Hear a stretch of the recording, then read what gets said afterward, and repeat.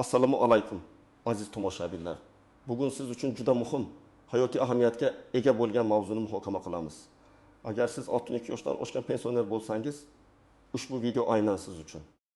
Pasportingiz bilan bog'liq yangi qoidalar va o'zgarishlar haqida gaplashamiz. Bu ma'lumot nafaqat muammolarning oldini olishga, balki ba'zi hollarda huquqlaringizni himoya qilishga ham yordam beradi. Ishonchim komilki, bugungi ma'lumotlarimiz sizga katta foyda keltiradi. Shuning uchun kanalimizga obuna bo'lishni va ushbu videoga like bosishni unutmang. Bu bizga bunday muhim ma'lumotlarni ko'proq odamlarga yetkazishimizga yordam beradi. Muammoning mohiyati, ilgari qanday edi va hozir nima o'zgardi? Rossiya Federatsiyasi fuqarosining ichki pasporti. Bu har bir fuqaroning asosiy shaxsini tasdiqlovchi hujjatidir. Avvallari ko'pchilik fuqarolar pasportni faqat 2 marta yangilash kerakligini bilishardi. 20 yoshda va 45 yoshda. 45 yoshga to'lgandan keyin pasport umrbod amal qiladi degan tushuncha keng tarqalgan edi va bu ko'p jihatdan to'g'ri ham edi. Ya'ni, agar siz 45 yoshda pasportingizni yangilagan bo'lsangiz va undan keyin familiyangizni o'zgartirmagan bo'lsangiz, pasportingiz yaroqsiz holga kelmagan bo'lsa, uni yo'qotmagan bo'lsangiz yoki shaxsiy ma'lumotlaringizda xato topilmagan bo'lsa, sizning pasportingiz keyingi yangilashni talab qilmas edi. Bu qoida hali ham amalda. Biroq so'nggi yillarda pasport olish va almashtirish jarayonlarida ba'zi o'zgarishlar va aniqliklar kiritildi. Bu esa ayniqsa 62 yoshdan oshgan pensionerlar uchun muhim ahamiyat kasb etishi mumkin. Ko'pchilik yangi qoidalar deganda umuman boshqa tartib qoidalarini tushunadi. Aslida qoidalar asosiy jihatdan o'zgarmagan, ammo ularning ijrosiga va fuqarolarning mas'uliyatiga bo'lgan e'tibor kuchaygan. Shuningdek, hujjatlarni rasmiylashtirishda raqamli xizmatlarning kengayishi ham ko'pchilik uchun yangilik bo'lishi mumkin. Hukumat organlari nafaqat pasportning muddati o'tganligini, balki undagi ma'lumotlarning aniqligini ham jiddiy tekshirishni boshladi. Bu degani, hatto 95 yoshda pasportini almashtirgan bo'lsangiz ham, agar unda biron bir xato yoki kamchilik bo'lsa, uni to'g'rilash shart bo'ladi. Agar sizda noto'g'ri familiya, ism, otasining ismi, tug'ilgan sana yoki joyi bo'lsa, bu jiddiy muammolarga olib kelishi mumkin. Ilgari bunday kichik xatolarga ko'pincha ko'z yumishgan bo'lishi mumkin. Ammo hozirda bu jiddiy tus olmoqda. Masalan, bank operatsiyalarini amalga oshirishda, pensiyani rasmiylashtirishda yoki hatto davlat xizmatlaridan foydalanishda sizga to'sqinlik qilishlari mumkin. Bu yangi qoidalar ko'pincha emas, balki eskilarga jiddiyroq amal qilish degan ma'noni anglatadi. Asosiy qism 1. Batafsil tahlil. Nimani bilish kerak, kim xavotirlanishi kerak va kim xavotirlanmasligi kerak? Hozir ushbu masalani yanada chuqurroq ko'rib chiqamiz. Kimlar hozirgi kunda pasport masalasida ayniqsa ehtiyot bo'lishi kerak, kimlar esa xavotirlanmasa ham bo'ladi. Bu borada aniq misollar keltiraman. Toki vaziyatni to'liq tushunib yeting. Kimlar xavotirlanishi kerak? Bil. Pasportini 45 yoshida almashtirmaganlar. Bu eng keng tarqalgan va jiddiy muammo. Agar siz 45 yoshingizga to'lganingizdan keyin pasportingizni almashtirish muddatini o'tkazib yuborgan bo'lsangiz, hozirgi pasportingiz yaroqsiz hisoblanadi. Bu holatda sizning yoshingiz 62 dan oshgan bo'lsa ham pasportingizni zudlik bilan almashtirishingiz shart. Misol 1. Mariya Ivanovna 65 yoshda, u 45 yoshda pasportini almashtirishni unutib qo'ygan. Yaqinda u bankda katta miqdorda pul yechib olishga borganda bank xodimi uning pasporti yaroqsiz ekanligini aytgan va operatsiya amalga oshirishdan bosh tortgan. Mariya Ivanovna hayratda qoldi. Chunki u pasporti umrbod amal qiladi deb o'ylagan. Endi u nafaqat yangi pasport olish uchun ko'p vaqt sarflashi, balki muddati o'tgan pasport uchun jarima ham to'lash kerak bo'ladi. Jarimaning miqdori Rossiyaning turli hududlarida farq qilishi mumkin, lekin u 2000 dan 5000 rublgacha bo'lishi mumkin. Moskva va Sankt-Peterburg kabi yirik shaharlarda esa bu miqdor 3000 dan 5000 rublgacha yetishi mumkin. Jiddiy muammo shundaki, yaroqsiz pasport bilan nafaqat bank operatsiyalarini, balki davlat xizmatlaridan foydalanishni, pensiya to'lovlarini olishni, hatto tibbiy yordamni olishda ham qiyinchiliklarga duch kelish mumkin. Bu holatda sizning huquqlaringiz cheklanadi. Pensiya to'lovlarini olishda ham muammolar kelib chiqishi mumkin. Chunki pensiya fondi sizning shaxsingizni tasdiqlovchi hujjatni talab qiladi. 2. Pasportini yo'qotganlar, shikastlaganlar yoki o'g'irlatganlar yoshingiz qancha bo'lishidan qat'iy nazar agar pasportingiz yo'qolsa yoki yaroqsiz qo'lga kelsa, uni almashtirishingiz shart. Misol 2 Ivan Petrovich yetim yoshda. Uning pasporti yillar davomida juda yaxshi saqlangan edi. Lekin yaqinda u jamoat transportida sumkasini yo'qotdi. Sumkada pasporti ham bor edi. Ivan Petrovich bir necha kun davomida pasportni qidirish bilan band bo'ldi, ammo topa olmadi. Endi u yangi pasport olish uchun politsiyaga ariza yozishi va tegishli idoralarga murojaat qilish kerak. Pasport yo'qolganligi haqidagi xabarni zudlik bilan berish juda muhim. Chunki bu hujjat bilan kimdir turli firibgarlik harakatlarini amalga oshirishi mumkin. Yo'qolgan pasport uchun ham jarima belgilanadi. Jiddiyroq holat esa pasport shikastlanganda yuzaga keladi. Masalan, namlik ta'sirida sahifalari yopishib qolishi, yozuvlari o'chib ketishi yoki tasvirning yaroqsiz holga kelishi. Bunday pasport davlat idoralari tomonidan qabul qilinmaydi va yaroqsiz deb topiladi. 3. Shaxsiy ma'lumotlarni o'zgartirganlar, familiya, ism, otasining ismi, jinsi. Agar siz 45 yoshingizdan keyin turmush qurgan bo'lsangiz, ajrashgan bo'lsangiz va familiyangizni o'zgartirgan bo'lsangiz yoki boshqa sabablarga ko'ra ismingizni o'zgartirgan bo'lsangiz, pasportingizni almashtirishingiz shart. Bu holatda yangi familiya yoki ism bilan pasportni rasmiylashtirish muddati 30 kunni tashkil etadi. Bu muddat o'tkazib yuborilsa jarima qo'llaniladi. Misol 3. Yelena Nikolayevna 68 yoshda. U evin yoshida 2-marta turmushga chiqdi va erining familiyasi o'tdi, ammo pasportini almashtirmadi. Uning pasporti eski familiyasi bilan qolaverdi. Yaqinda u o'z mulkini nabirasiga vasiyat qilish uchun notariusga bordi. Notarius uning pasportidagi familiya va nikoh guvohnomasidagi familiya to'g'ri kelmagani uchun hujjatlarni rasmiylashtirishdan bosh tortdi. Notariusning tushuntirishicha, hujjatlardagi nomuvofiqlik jiddiy huquqiy oqibatlarga olib kelishi mumkin va hatto vasiyatnoma yaroqsiz deb topilishi mumkin. Endi Yelena Nikolayevna yangi pasport olishi, buning uchun ariza berishi, jarima to'lashi va keyin notarius xizmatlaridan foydalanishi kerak bo'ladi. 4. Pasportida xatolar aniqlanganlar. Agar sizning pasportingizda tug'ilgan sanangiz, tug'ilgan joyingiz yoki boshqa muhim ma'lumotlarda xato mavjud bo'lsa, uni zudlik bilan to'g'irlash kerak. Bu xatolar sizning aybingiz bilan bo'lmasligi mumkin. Masalan, hujjatni rasmiylashtirish paytida xodim tomonidan yo'l qo'yilgan bo'lsa ham. Misolida Olga Fyodorovna 63 yoshda. U 45 yoshida pasportini yangilagan, lekin yaqinda u pensiya yozishmalarini tekshirayotib pasportda tug'ilgan sanasi bir raqamga noto'g'ri yozilganini payqadi. Masalan, 1929 yil o'rniga 1919 yil. Bu kichik xato uning pensiya hisoblashlarida jiddiy muammolarga olib kelishi mumkin edi. Olga Fyodorovna darhol tegishli idoraga murojaat qildi va pasportdagi xatoni tuzatish jarayonini boshladi. Bunday xatolar davlat xizmatlaridan foydalanishda, turli xil nafaqalarni olishda yoki hatto saylovlarda ishtirok etishda ham muammolarni keltirib chiqarishi mumkin. Kimlar xavotirlanmasa ham bo'ladi. Agar siz 62 yoshdan oshgan bo'lsangiz va pasportingizni 45 yoshda belgilangan tartibda almashtirgan bo'lsangiz, pasportingiz yaxshi holatda bo'lsa, ya'ni shikastlanmagan, sahifalari butun bo'lsa, rasmingiz aniq ko'rinib tursa, 45 yoshingizdan keyin familiyangizni, ismingizni, otangizning ismini o'zgartirmagan bo'lsangiz, pasportingizda hech qanday xato yoki nomuvofiqlik mavjud bo'lmasa, pasportingizni yo'qotmagan yoki o'g'irlatmagan bo'lsangiz, bu holatda siz xavotirlanishingiz shart emas. Sizning pasportingiz yaroqli hisoblanadi va uni almashtirishga hojat yo'q. Siz bemalol pensiya olishingiz, bank xizmatlaridan foydalanishingiz, tibbiy yordam olishingiz va boshqa davlat xizmatlaridan foydalanishingiz mumkin. Misol 5 Pavel Sergeyevich 12 yoshda. U 5 yoshda pasportini o'z vaqtida almashtirgan. Pasporti toza, unda hech qanday yirtiq, dog' yo'q. Shaxsiy ma'lumotlarda ham xato yo'q. Pavel Sergeyevich xavotirlanishi shart emas. Uning pasporti umrbod amal qiladi va uni almashtirishga hojat yo'q. U bemalol Rossiya hududida harakat qilishi, bank xizmatlaridan foydalanishi va boshqa fuqarolik huquqlaridan to'liq foydalanishi mumkin. Asosiy qismiki qoidalardagi istisnolar, tuzoqlar va noaniq nuanslar. Pasport masalasida ba'zi bir noaniq holatlar va e'tibor berish kerak bo'lgan nuanslar mavjud. Ayniqsa 62 yoshdan oshgan fuqarolar uchun bu muhim bo'lishi mumkin. Muddati o'tgan pasport uchun jarimaga tortilish muddati, chegara muddati. Muddati o'tgan pasport bilan yurganlik uchun jarima ma'muriy huquqbuzarlik hisoblanadi. ma'muriy huquqbuzarliklar bo'yicha javobgarlikka tortishning umumiy muddati 2 oyni tashkil qiladi.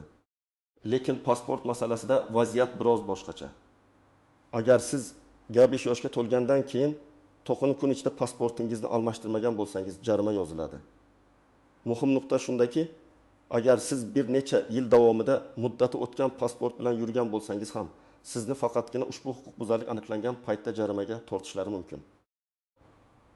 Ya'ni sizni 45 yoshingizdan beri o'tgan barcha yillar uchun jarimaga tortishmaydi. Balki faqatgina mavjud holat uchun yagona jarima qo'llashadi. Lekin har qanday holatda ham bu sizning foydangizga emas. Chunki yaroqsiz pasport sizning huquqlaringizni cheklaydi. 2. Vaqtinchalik shaxsni tasdiqlovchi hujjat. Pasportingizni almashtirish jarayonida sizga vaqtinchalik shaxsni tasdiqlovchi hujjat berilishi mumkin. Bu ayniqsa pasportingiz yo'qolgan yoki o'g'irlangan holatlarda juda muhim. Ushbu vaqtinchalik hujjat bilan ba'zi muhim operatsiyalarni, masalan, pensiyani olish, pochta orqali xat xabarni qabul qilish amalga oshirishingiz mumkin. Biroq bu hujjat bilan hamma joyda ish bitmaydi. Masalan, bankda kredit olish yoki notarial hujjatlarni rasmiylashtirishda asosan haqiqiy pasport talab qilinadi. Shuning uchun yangi pasportni imkon qadar tezroq olishga harakat qilish kerak. Yotoqda yotgan bemorlar yoki jiddiy nogironligi bo'lganlar uchun tartib. Agar fuqaro sog'lig'i tufayli, masalan, yotoqda yotgan bemor bo'lsa yoki jiddiy nogironligi bo'lsa, pasport stoliga shaxsan bora olmasa, pasportni almashtirish yoki olish uchun arizani uyga kelib qabul qilishlari mumkin. Buning uchun fuqaroning yaqin qarindoshlari yoki vasiylari tegishli Ichki ishlar vazirligi xizmatini tashkil qilishlari kerak. Ular bu holatda albatta tibbiy hujjatlar va vakolatnoma agar ariza beruvchi fuqaroning o'zi emas, balki boshqa shaxs bo'lsa talab qilinadi. Bu muhim nuans, chunki ko'pchilik keksa fuqarolar o'zlarini yashash joyidan tashqariga chiqa olmaydilar. 4. Davlat boji, gerb yig'imi. Pasport almashtirish uchun davlat boji undiriladi. Agar pasport almashtirish muddatini o'tkazib yuborgan bo'lsangiz, masalan, 5 yoshda almashtirmagan bo'lsangiz, jarima bilan birga davlat boji ham to'lanadi. Agar pasportingiz yo'qotilgan yoki yaroqsiz holga kelgan bo'lsa ham, davlat boji boshqacha miqdorda undiriladi. Hozirda pasport almashtirish uchun davlat boji 300 rublni tashkil etadi. Agar pasport yo'qotilgan yoki shikastlangan bo'lsa, bu summa 1300 rublga ko'tariladi. Bu miqdorlarni yodda tutish kerak. Bejin, qishloq joylarda yashovchilar uchun. Qishloq joylarida yashovchi fuqarolar uchun pasportni rasmiylashtirish jarayoni biroz farq qilishi mumkin. Agar Davlat xizmatlari markazi MFSH yoki Ichki ishlar vazirligi bo'limi uzoqda joylashgan bo'lsa, ba'zi qishloq administratsiyalari hujjatlarni yig'ishda yoki arizalarni qabul qilishda yordam berishi mumkin. Ba'zi joylarda hatto Ichki ishlar vazirligi xodimlari buyurib fuqarolardan arizalarni qabul qilishadi. Bu imkoniyatlarni o'zingiz yashaydigan hududdagi mahalliy administratsiyadan aniqlashtirish maqsadga muvofiqdir. 6. Elektron pasportlar haqida. Rossiyada elektron pasportlar yoki raqamli identifikatsiya kartalari loyihasi muhokama qilinmoqda va ba'zi hududlarda sinov tariqasida joriy etilmoqda. Biroq hozircha bu majburiy emas va ko'pchilik fuqarolar uchun qog'oz pasport asosiy hujjat bo'lib qolmoqda. Pensionerlar uchun hozirgi kunda qog'oz pasportining amaldagi qoidalari muhimroqdir. Raqamli pasportlarga o'tish asta-sekinlik bilan amalga oshiriladi va bu jarayon sodda va tushunarli bo'lishiga umid qilamiz. Hozircha bu haqda xavotirlanishga hojat yo'q yetdi. Xorijga chiqish pasporti bilan aralashtirmang. E'tibor bering, bu ma'lumotlar Rossiya Federatsiyasi ichidagi ichki pasportga tegishli. Xorijga chiqish pasporti, zagram pasport uchun boshqa qoidalar va muddati mavjud. Ularni bir-biridan ajrata bilish lozim. Xorijga chiqish pasporti odatda 5 yoki 10 yil muddatga beriladi va uning muddati tugagandan so'ng almashtirilishi shart. Amaliy maslahatlar tomoshabin nima qilish kerak? Endi esa eng muhim qismga o'tamiz. Qanday harakat qilish kerak? Vaziyatingizga qarab aniq qadamlar va ko'rsatmalar beraman. Birinchi qadam, pasportingizni tekshiring. Avvalo, hozirgi pasportingizni qo'lingizga oling va quyidagilarni tekshiring. Pasportning berilgan sanasi. Agar pasportingiz 5 yoshingizdan oldin berilgan bo'lsa va undan keyin yangilanmagan bo'lsa, u yaroqsizdir. Masalan, siz 1902-yilda tug'ilgan bo'lsangiz va pasportingiz 2003 yilgacha o'zgartirilmagan bo'lsa, u yaroqsiz hisoblanadi. shaxsiy ma'lumotlaringiz, familiya, ism, otasining ismi, tug'ilgan sana va joyi to'g'ri yozilganligini tekshiring. Barcha ma'lumotlar, tug'ilganlik guvohnomangiz, nikoh guvohnomangiz yoki boshqa hujjatlaringiz bilan bir xil ekanligiga ishonch hosil qiling. Agar biron bir xato bo'lsa, uni zudlik bilan to'g'rilash kerak. Pasportning holati. Pasport yaroqsiz holga kelmaganiga ishonch hosil qiling. Ya'ni sahifalarning yirtilmaganligi, yozuvlarning o'chib ketmaganligi, rasmning buzilmaganligi. Agar yuqoridagi tekshiruvlar natijasida pasportingizni almashtirish zarurati tug'ilsa, quyidagi qadamlarni bajaring. Ikkinchi qadam, kerakli hujjatlarni to'plang. Pasportni almashtirish yoki yangisini olish uchun quyidagi hujjatlar talab qilinadi.